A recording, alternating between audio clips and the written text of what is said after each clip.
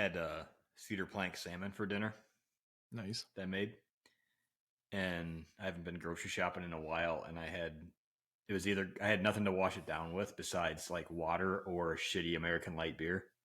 Okay. Washed it down with shitty American light beer. Good for you. Way to ruin a good meal. A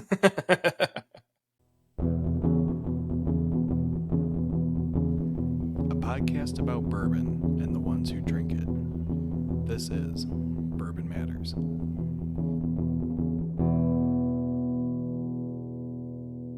Welcome to Bourbon Matters. I'm Jake. I'm Dan. And we're short That's the it other for Jake today. tonight. But now at least we'll know who I'm talking to when I say Jake if you're just listening.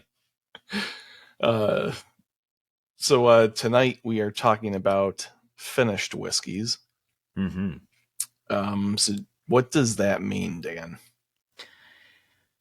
So we all know with whiskey, it has to be put into a new charred oak barrel to aged. And that's basically where the stipulation ends in terms of aging of what whiskey has to be.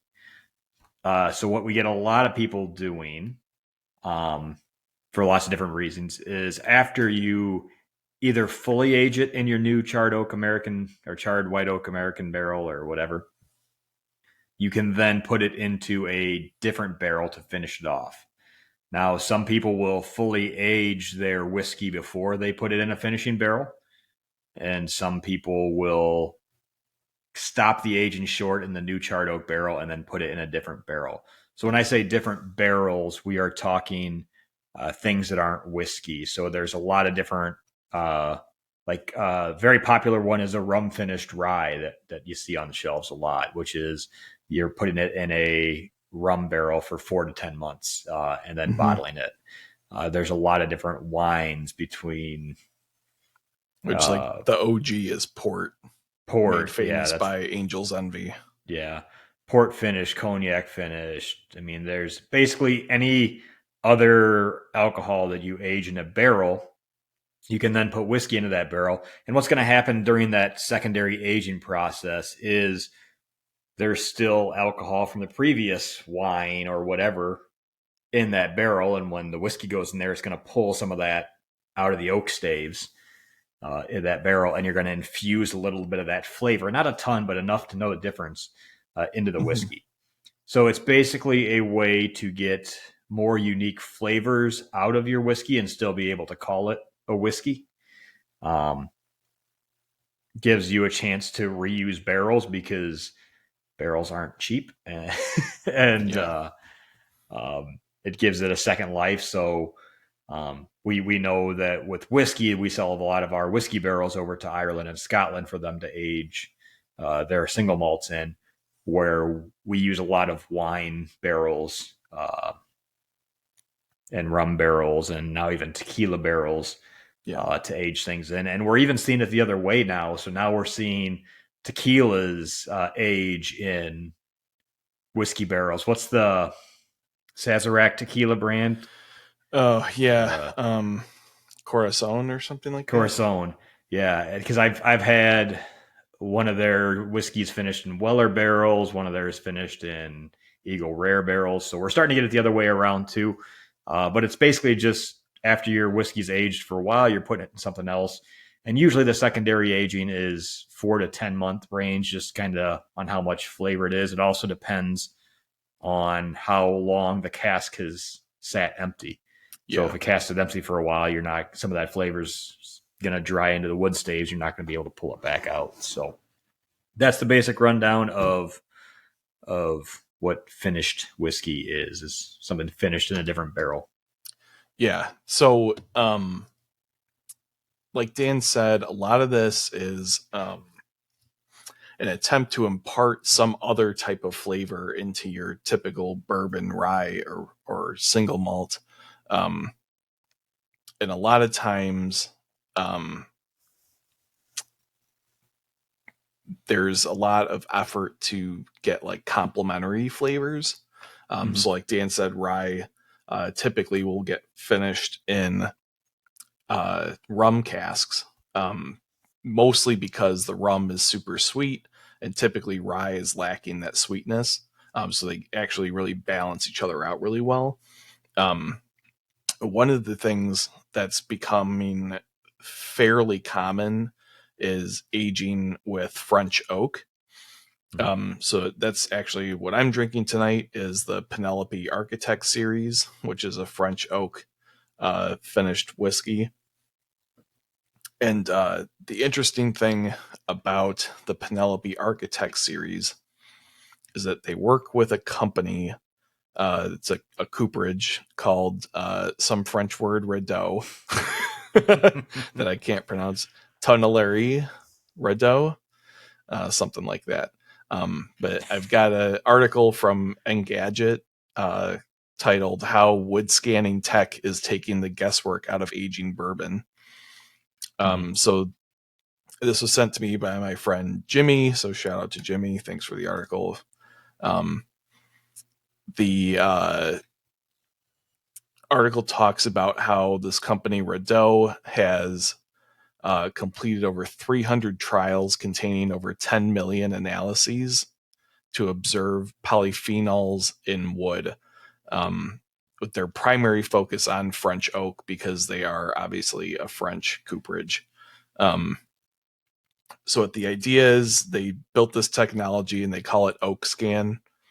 And what it does is it looks at the grain of the oak staves and actually makes a prediction on how much flavor will be imparted by the oak staves during the aging process. So originally what they developed this for was wine aging. And like the main goal was to try and get a bunch of staves for the barrel that were extremely consistent so that the winemakers would know with like a decent degree of certainty how much tannins would be imparted to the wine during the aging process. And then they were fairly successful with that,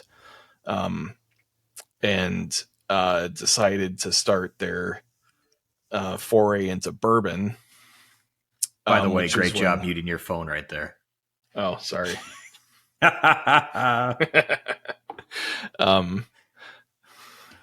Jesus, where was I? Oh, so Penelope somehow ran into or came across Rideau and this Oak Scan technology and thought this would be really badass to do with our bourbon. So they developed their Architect series, which isn't necessarily going for consistency from bottle to bottle, but instead they're actually fine-tuning the flavor profiles of each batch. And because it's the Architect series, they call them builds. So on the back of each Architect bottle, there is the flavor profile of the particular build. It's got a bunch of different flavor categories like the fruit on the nose, oak perception on the nose, vanilla, spicy, toasted, fruit on palate, structure, oak integration, and persistency. And they rate on a scale of 0 to 4. Then they give you the quote unquote control whiskey, which is probably just their normal aged their normal bourbon. 4-grain. Yeah. And then they have their goal profile or whatever they're trying to achieve with this particular build. So like Dan said, they're a 4-grain, I think exclusively 4-grain. I think so too. Company. They source from MGP, which we talked about last week. They actually just got bought out by MGP. Their mash bill is pretty much always 75% corn, 15% rye. Sorry, 75% corn, 15% wheat, 7% rye, and 3% malted barley. So fairly high wheat content. And it's about standard for like a wheated bourbon, I guess. But the incorporation of the rye, can throw in some of those spicy notes and stuff like that, and kind of round out 4 grains a little bit. Yeah, so I haven't actually tried this yet. It was interesting because when I read that article, like I was not that I was skeptical, or I mean, whenever you read something new, you always try and find any flaws in it. And I wasn't like I was trying to find flaws, but the ending of that is the most important part of the article. Of they're not doing this to try and get every single bottle to taste the same, because the problem you run, like wine isn't in a barrel nearly as long as whiskey is. I mean, most whiskeys, not all, but majority of whiskeys that we drink are going to be around a 4-year whiskey. Most wines are only in a barrel for 6 months or so. I don't know enough about wine aging to know if they're, I mean, most of the wine countries, they don't get the big temperature extremes either that you get where you get a lot of in and out of the barrel like we do in whiskey. Yeah. And that changes so much even within a warehouse that unless you're putting the exact same barrels in the exact same spot of the warehouse year after year after year, you're going to have flavor variations. Especially in a big place like MGP, they're not going to, I'm guessing that'd be a logistical nightmare for their warehouse manager to try and do that. So I think it's more important that they're using this as to try and get different flavors out of it, and not as a, hey, we can do this to be super consistent year in, year out. Because it's just, there's too many variables, I think, for that to ever be something where you could know exactly what it's going to taste like the second you pound the bung back in the barrel after you fill it. Right. So that's actually, they have their toasted series, which they finish in a toasted American oak barrel. And then on their website, they actually specifically say that when they tried their first like barrels of the toasted finish, they were surprised at how different each one was. So they said, screw it, we'll just release them as like individual like things. So the toasted are all very different. We actually did an episode, which is episode 19 on the Penelope Toasted. From what I recall, I wasn't a particular fan of that one, but Jenna liked it because Roberto and Dan ditched me that day. Yeah, so check that out if you. What day did we ditch you? I mean, there's a couple of them, but you have to be more specific. The day you did the podcast. Yeah. I can't remember what I was doing. Something more important, I'm sure. Yeah, you might have been on the farm. I could have been. It's either, I was gonna say, probably either farming or out in the middle of nowhere hiking. So yeah. So then they've got a few other finishes. They have the Rio, which is the new one, which is the Brazilian Amburana oak and honey barrel finish. I have not tried this one yet, but I might just pop in the Gold Eagle because they got a bottle at the bar. They've got the Rosé cask finish, which I bought a bottle of that as kind of a joke for Jenna. And then the next day, I was going to say, please say that was for Jenna. I was going to say, please say that was for Jenna. Yeah, I have not popped that yet, and I won't pop it until she's going to drink it with me. So then we have the Penelope Valencia, which is a Vino de Naranja wine cask finish, which, if my Spanish is correct, I think that's orange wine. And then where's Roberto when you need him? Yeah, I know, right? They have a Tokay finish. Tokay finish, which is a Hungarian wine, which I've never had that one either. So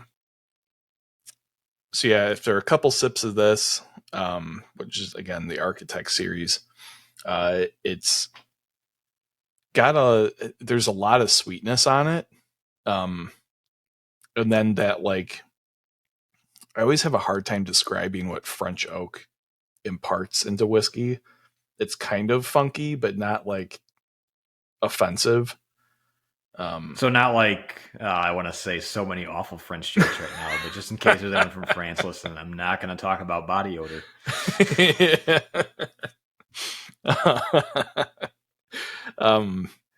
But, this reminds me a lot like Maker's 46, Yeah. which is also a French oak finish. Makers is a lot with French oak. Yeah. So yeah, I mean, very similar to me. It's got a nice color on it, which I think they toast the French oak, if I'm not mistaken. When their big thing is they're trying to eat the best tannin levels out, and you're going to get that whenever you toast first. So I'm almost, just as a complete guess, but just from what you hear about Penelope, is my guess would be that they are toasted. Yeah, and I've got what I think is the first Architect build, because it doesn't denote which one it is on the bottle. And then I have build 3. Then I have a 6-year, which I think is a store pick, like a single barrel type of thing, or like custom build is what they call it. Yeah. So and when we talk about toast, if people don't know what toasting is the barrels are still charred, but think of it like roasting a marshmallow and you get that nice, beautiful golden brown toast, and it kind of has that nice little caramelization on the outside. That's what you're doing when you're toasting a barrel before you just fry the shit out of it. Yeah, and like the but intent you're getting there some is of that. Yeah, go ahead. You're trying to get some of that caramelized to be able to be there, because you're going to get some of the sugars of the wood to come out, and then you're just charring the hell out of it after that. Yeah, you'll boost the sweetness quite a bit. And like it, I think it doesn't. It kind of helps round off the like deep char flavor, a little bit, and balances it out. It's funny because before we even talked about doing this episode last weekend, I've had, since Sam's first tasting we went to, I bought a Penelope barrel strength, because Penelope was there, not actually Penelope like Roberto thought Penelope was there. It wasn't actually Penelope, even though he swore it was. I will say I'm not a very big fan of Penelope. I didn't like their Architect series, because I remember you and Roberto were big fans of that, and you guys were over there without me. And I went back over to try it, and I wasn't big on that. I did buy their barrel strength, and I liked the barrel strength, and I popped it over last weekend, and I was still happy I bought it. I don't know if it's why I'm not a big fan. I've never been a big fan of 4 grain. I don't know if that's part of it too. Yeah. I'm not either. I do remember liking their barrel strength. But yeah, like the white label, I think, is the regular one, like their flagship, and I'm not a fan of that. The barrel strength was good, and then the Architect I kind of enjoy. I think it rounds it out a bit. It kind of helps that like there's just something about 4 grain that like I don't care for, and I don't really know what it is, so I can't like pinpoint exactly what it is. Like even the Old Elk 4 grain I like did not like very much at all. Jay, I think none of us did when we did the Old Elk bracket. I can't remember on that, but yeah, that's I don't know if it was just a 4 grain thing of why I wasn't a big fan of Penelope, but like I said, the barrel strength I thought was decent. Like I said, I bought that bottle, and it's been sitting for a year. I finally opened it, and I was glad I opened it, and I'm glad I have it. But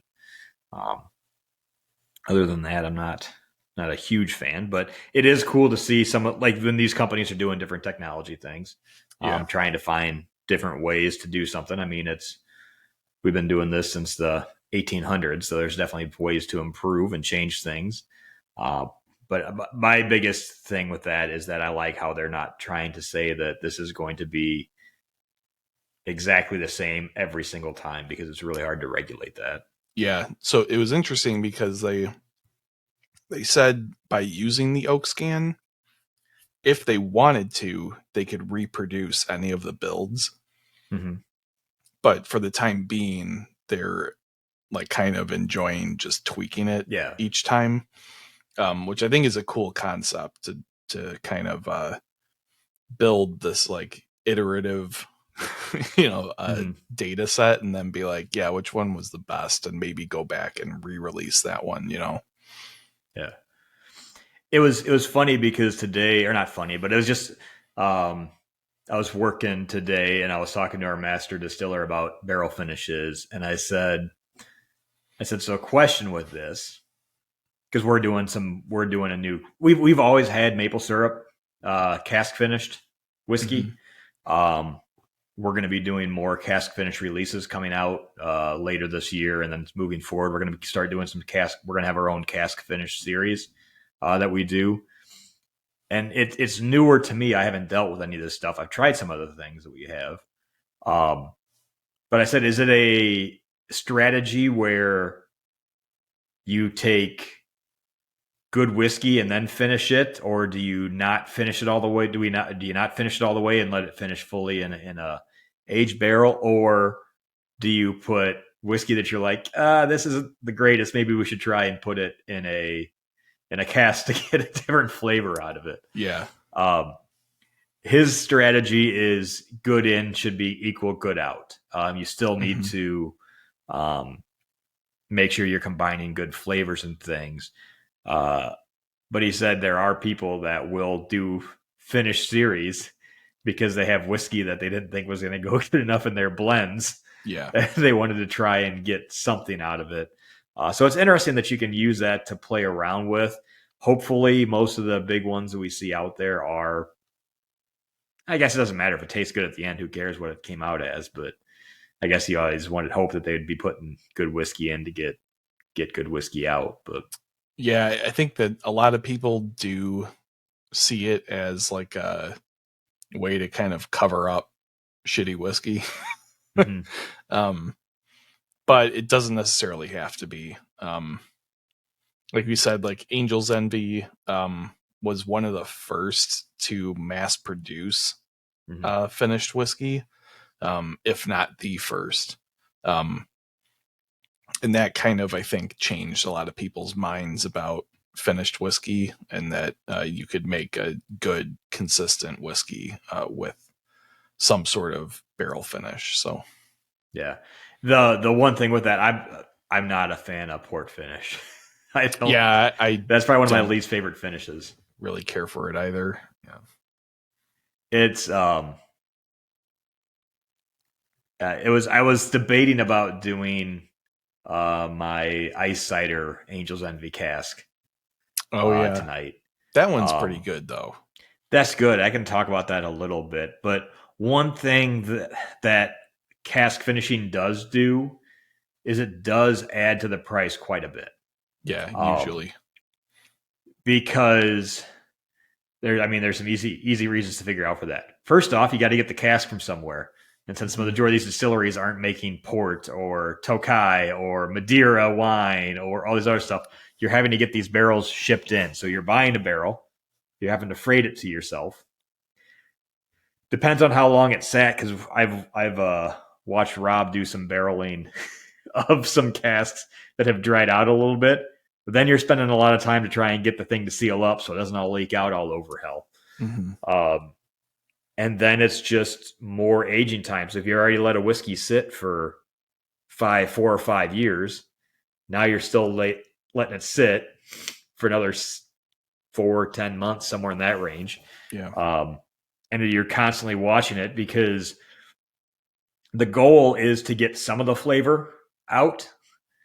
And you want to make sure you get enough of the flavor out that you can tell what it was, but you don't want to get too much out that it overtakes the whiskey. Right. So now you're babysitting and pulling a lot of samples, which is taking away some of the whiskey, but then taking more time. And it's just, finished whiskeys always take more time. I think when you find a really good finished whiskey at a reasonable price, it's well worth it. I guess I can use that as my lead into my Angel's Envy ice cider, which is really good. It's a Angel's Envy rye finished in cider casks, kind of like ice vine, but ice cider. Yeah. It's a specific, like, was it from Iceland or something like that? I don't think so because I can't remember where it's. They I don't thought it have was trees in somewhere in Iceland. Europe. Or shit. Maybe it was Nova Scotia. That'd make more sense. I think it was Nova Scotia. Like Um, the apple vineyards freeze and then they have to Yeah. make ice cider instead of regular, like just picking the apples. right. Same thing with like ice wine and things. Yep. Where you let it freeze on because you get a higher sugar content out of it. Now, I think that's really good.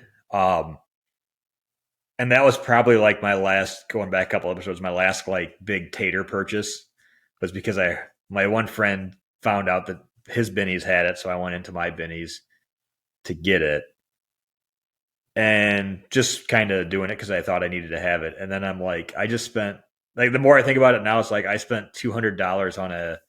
Is it good? Yes. Is the cost inflated because of the cask finish? Yeah, there's a reason for it. But it's like, man, I spent $200 on that stupid bottle. Yeah. I And mean, it's a one-time release. You got the extra cost of the cask. The bottling is great. The one thing the thing that pissed me off the most about it was their cask finish their pour finish cask series. The barrel strength. Whenever they do those, they come in this beautiful, nice wood box that you can reuse for other things. It looks tremendous. Yeah. This came in a cardboard freaking box. Now, it was cool because it's like a double door, but it's cardboard. You're not using that for jack shit. The bottle looks beautiful, but it's just, I don't know. I think, and maybe it's just because I'm I'm quickly turning into the crotchety old man we all knew that I would turn into someday. But it's like $200 for a bottle. I probably should have thought that one through a little bit more because it's good. I'm not saying that it's not good whiskey. I think it's great, and everyone that's tried it thought it's really, really good. But at the end of the day, I'm like, man, should I have spent that much on that bottle? Probably not. I kind of look at that one as like a very nice, like once in a while dessert pour. Yep. And like you can't really have more than one. Like you could, but like it is very sweet. Mm-hmm. And it's very much like a dessert whiskey. So like I've maybe had it 2 or 3 times since I bought it, I think last year. So like I'm trying to pull longevity out of it and make it worthwhile. So yeah, mine. I've given a lot of samples out, so mine's going downhill quickly. I think I'm probably less than 25% left on it, which is the other worst thing is when you buy some of these nice bottles, you want everyone to try it to get their opinions on it. And then you're giving all this, but whatever. It is what it is. I think it's a great bottle, but yeah, it was a one-time release and it was expensive and meh, I'm crotchety. Which I was really close to grabbing that. And then I was like, I can talk about this story. And then last minute, I decided to grab a Jack Daniel's product. Yeah, but you picked a good one. I did. And it was, we talked about it a lot with Jack Bonded. I do not like Jack Daniel's that much at all. And this is Jack Daniel's number 27, not number 7, but number 27. Comes in another cardboard piece of shit box. Good. This is not $200. So no, this is half the price. So $100, I can stand a cardboard box because I mean that's not too far out of range from a lot of whiskeys these days. They're just on the shelf at $90. But it also comes in a very pretty, nice, fancy Jack Daniel's bottle. And this is their maple finished. So they do their normal charcoal filtration, and then they age it, and then they put it in a maple cask. So it's not been used with any other type of alcohol before. But then they put it in the maple cask for, it seems like 6 to 10 months is what it kind of sounds like. And you get this nice little, it's very subtle. It's not like the maple syrup cask finish that we have at Whiskey Acres, which has a lot of the maple syrup flavor in it. all this really does is kind of mellows out some of the harsh flavors I don't like in Jack Daniels. It's the normal mash bill. It's 80 proof. It's just normal straight Jack Daniels. But just by doing the secondary finish, it makes Jack Daniels drinkable for me, besides Jack Daniels Bonded. It's $100 bottle. So I was reading about it. It was kind of more of a limited thing overseas. And then it sounded like they were going to do one run with it in the U.S., but now they're doing more runs with it in the U.S. Not overly easy to find, but I've seen it. It seems like when they release it, you can find it for a few weeks in stores before it goes away. But it's just for me. It's still your normal Jack Daniels flavor profile, but for me, it's just a little bit easier drinking Jack Daniels. Yeah. So what's interesting is they actually use maple for the charcoal. Yeah, that's so all their charcoal that they do for their charcoal filtration is always maple. Yeah. That's regardless of whatever type of whiskey product you're drinking from Jack Daniels. It's always in the maple charcoal. Yeah, and I've heard at the distillery on the tour that this was a one-time only release. And like they put a lot of it out there and it did not sell well, which is why it's still kind of floating around sometimes. Because I think this was actually supposed to be the kickoff of a wood finish kind of series. And this one didn't do that well, so they said, screw it. And then probably pivoted toward the bonded. Right. But from what I've seen, this is a one-time thing. Which is why on their website it says many bottles as I've seen. It says limited and special edition products, but I thought it was supposed to be out, and then I saw a store get another shipment in, so maybe the distributor had it, but like I've seen it come in waves. But it's interesting. The first time I got it, before I spent the $100 on this, I had actually had it. Well, technically, before I spent the $100 on this for myself, I had technically had it because when Roberto opened up his whiskey room for the first time, I got him this bottle, and that's the first time we tried it. And all three of us liked it. All three of us liked it. Yeah, it was all pretty unanimous between the three of us. It was pretty good whiskey. Is it the greatest? No. Is it worth $100? I would still take Jack Bonded over this by quite a bit. But it I don't know. I think as far as like finished whiskey goes, that's a pretty good example of like what finishing can do to a mediocre whiskey. Yeah. Mediocre's being kind to Jack Daniels. I don't know why you hate it so much. Jack Daniels number 7 is awful. It's probably those college memories, yeah. But I think I was more of a gym guy in college than I was Jack. Ooh, that's even worse. It was with what we drank it in because you're in college. My buddy made a drink called an Instigator. And it was a Red Bull and 2 shots of Jim. And after 2 of them, you'd just be sitting there just jittering, looking around for something to get into trouble with. Yeah, I think that was my college whiskey days, my young dumb days that we used to have. But it's also I think I like this too because you're not getting a lot of other non-whiskey flavors in it because it's just a maple cask. Yeah. I said I do like a lot of the rum finished ryes out there we've tried. Yeah, that's probably my favorite finishing combination. I'm still waiting for Old Elk to drop their rum finished rye because we tried it at the Old Elk event at Gold Eagle several months ago now, and it was so good. So yeah, just waiting for that. Yeah, it's a nice way for like if you're a really big fan of a certain distillery, cask finish is just another way for them to put out some different products for your diehard fans to try and see different things that they can do and get some different flavors and see how their whiskey tastes different ways. Yeah. I do like it. I'm excited to do more of it at work just because it is fun because you're constantly sampling those things. So it's another excuse to have a little drink at work. But it's fun. I'm excited. Because like I said, I know it's something we're going to start pursuing a lot more of this year. Plus you're taking just your normal whiskey off the shelf and you're allowing it to get a different flavor as you're waiting for some other things to age too. So yeah, something different, something fun. Definitely worthwhile to try out some different finishes, and you're going to try some, and some finishes you're not going to like no matter what whiskey's in it, and some will have good or bad. But yeah, what was there's that one Jefferson that we tried that was not good. And I can't remember which one it was.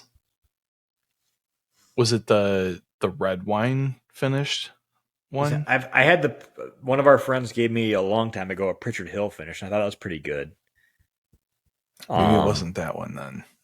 The one Jefferson, maybe I know there's a Voyage, but I don't think it was a finish that we hated. Yeah, that one wasn't finished. I could have sworn it was that red wine finish Jefferson's. That like maybe that was one you didn't like, but that was one I liked. Okay, because I don't think if that was the one that Matt got you for your birthday, yeah. I did not like that at all. Yeah, that was the Pritchard Hill. Okay, yeah, I was not a fan of that. There's definitely like I'm actually not that much of a fan of like regular Angel's Envy. The barrel strength is pretty good. When you can find it and afford it. But the rye, which I don't know what they finished the rye in. I can't remember. I can't remember even if I don't think that's a cognac, but I could be wrong. Oh, it's a rum finish. Rum finish. That's why it's good. Yeah, that's the one thing with Angel's Envy too is I think it's decent whiskey, but I think their pricing model is a little out of whack. Sometimes it's a little pricey for what it is. Just even their baseline stuff I think is a little high, but those Angel's wings aren't free, Jake. Yeah. Which that was just MGP stuff for the longest time. Yeah. I don't know if they officially announced if they changed or not. I don't think they have. Well, they weren't very open. They're never very open with, I think, where their stuff's being made at anyway. Yeah, that's true. They're usually pretty, even though we might have an idea. Yeah. Go to distilleries, look at barrels. That's all I can say. Yeah. There's this big distillery in Bardstown, Kentucky. If you go there and look up into the rick house. Yeah. No, it's fun. It's nice to experiment. Again, before you really start diving into finishes, go to a bar or a place where you can try some different finishes. And if you're going to do it, try their normal non-finished. Well, Penelope Architects. Well, no, because you can do the Penelope 4-grain versus Penelope Architect. Try them side by side. See what you like better. You can see how some small changes, just a little bit of finishing, can make a big difference. Yeah, and it's insane that all you're doing is put it in a used barrel, right? Yeah, and you're getting something new, or sometimes new barrels if you're just using like what Jack is with their maple barrels. But yeah,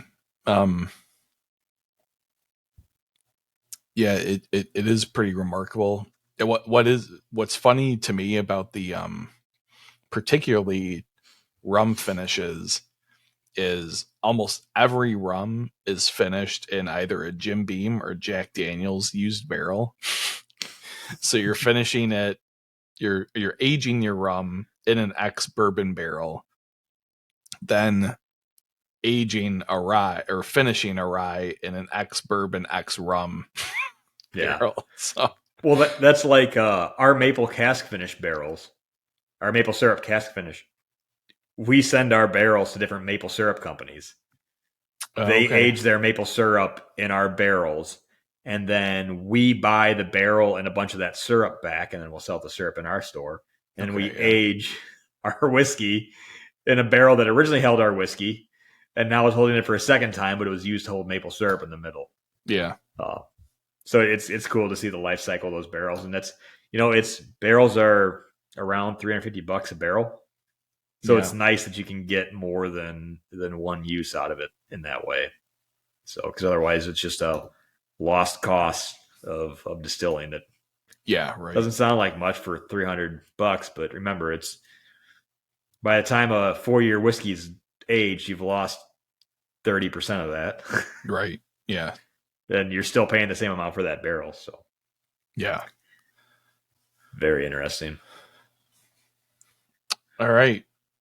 Well, you can do. I guess I can do socials, so you don't have to do all the work today. Give me a break. So I have our website now also has Jake's cocktails recipes on them. You can still find those on YouTube. I will start putting out more, I swear. I'll start updating the website on a regular basis too, I swear. No, so if you're really old school and still like to go to websites and not just open up YouTube on your app, you can find that on our website, which is Bourbon Matters. Oh my goodness. BourbonMatters.com, right? Bourbon Matters Podcast. Bourbon Matters Podcast. I just go to the Squarespace and log in. Squarespace, give us money. I just go to Squarespace and log in and do everything. BourbonMattersPodcast.com. You can find us on YouTube at Bourbon Matters Podcast. You can find us on Instagram and Facebook at Bourbon Matters, and YouTube at Bourbon Matters Podcast. I think I already said that. Yeah. So watch, like, comment, subscribe, interact. We should sometimes start putting out some questions or have people put a post out to see if people want to ask us questions and maybe incorporate those into a podcast to get some engagement. I put usually there's a poll or something on the Spotify episodes. You can drop some Instagram. Or you can just not be lazy and just comment on the episode. Calling somebody out in particular there, or just kind of a broad statement? Just taking shots. Nice. If people want to listen to us, you can watch us on Spotify or listen. Then you can listen on wherever podcasts you can find podcasts, I guess. Great strong close to the show there, Jake. Yeah, way to really bring it home. Totally fumbled that. Sorry, I didn't mean to spring that on you. Oh man. You would think that after like almost 70 episodes we would have somewhat of a clue of what we're doing. I know. But no, we're still idiots. I wanted to pre-record it and you guys said no, let's do it live every time.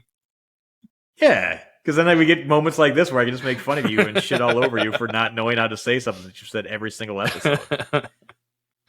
Oh God. Okay. All right.